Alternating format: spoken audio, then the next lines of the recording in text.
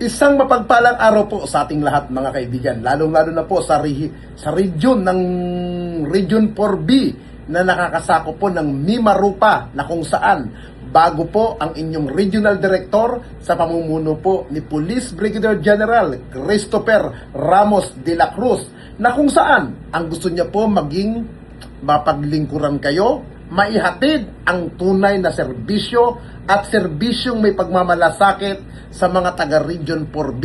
Kaya po, pag kailangan nyo po ng police assistant, huwag po kayong mag-atubili na magparating sa kanya or sumadya po kayo sa lahat ng tanggapan po ng pulis at titiyakin ko po sa inyo na hindi po kayo mabibigo. Dahil ang gusto po ng ating kasalukuyang leadership sa pamumuno po ni Police Director General Jose Melencio Nartatis Jr. ay maramdaman po ng bawat Pilipino ang presensya ng ating kapulisan. Lagi po nating tandaan, ang ating kapulisan ay kaibigan ng bawat mamamayang Pilipino. Nangangamba ka ba pag may mga pulis tayong nakikita o natatakot? Hindi naman, sir. Pabor po sa inyo Yes, yun? pabor na pabor yun. Kasi, alam mo kasi, malaking bagay at malaking nakakatulong sa atin yan, yung mga PNP police, pag may mga gulo, lahat ng mga problema sa atin, malaking bagay ang police.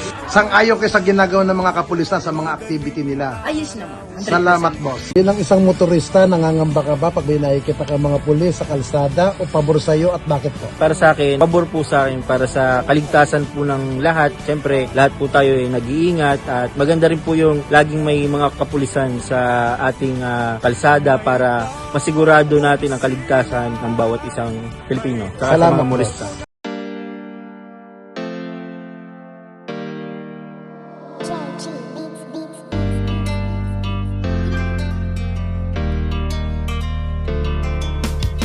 O pakinggan ninyo ang kanta na ito para malaman talaga kung anong mali ninyo. Buksan nyo ang mata, itigil ang panghusga, laging ipasok sa isip, hindi lahat sila. Di porket merong pumatay, lahat ay damay-damay. Huwag nating eterno ang ibang pulis na walang sablay. Hindi lahat sila ay magkakapareha, merong matino, merong baliko at merong mukhang pera. Bigyan nating respeto ang ibang kapulisan, punasan naman natin ang tsapa nilang narumihan ng ibang kasamahan nila na pwedeng pintasan. Huwag nating lahatin kasi lahat di tulisan.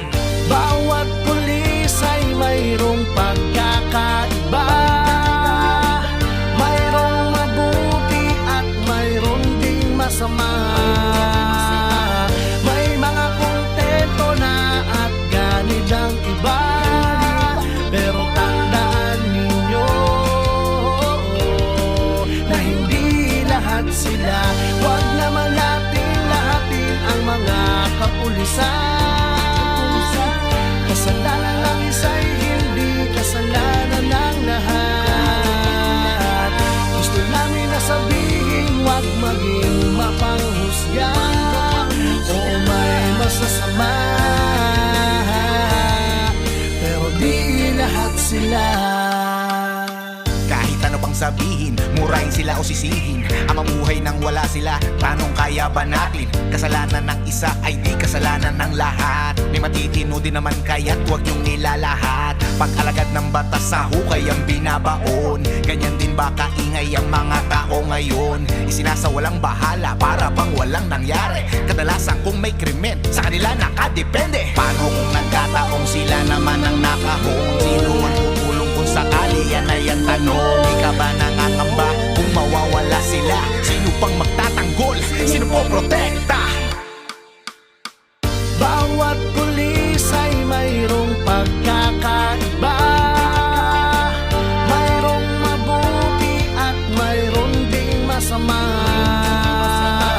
May mga kontento na at ganid ang iba, pero tandaan ninyo na hindi lahat sila.